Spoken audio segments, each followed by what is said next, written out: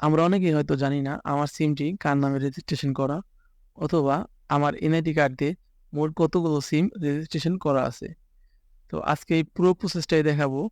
সেজন্যই প্রথমে আমরা চলে যাবো আমাদের ফোনের ডায়াল প্যাডে। তো এখানে আমরা একটি কোড তুলবো।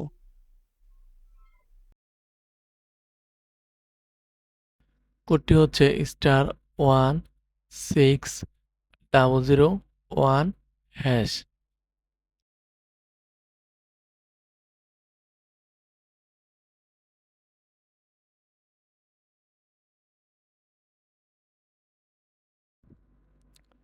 এখানে আমরা এনআইডি কার্ডের লাস্ট 4 ডিজিট ডায়াল করব।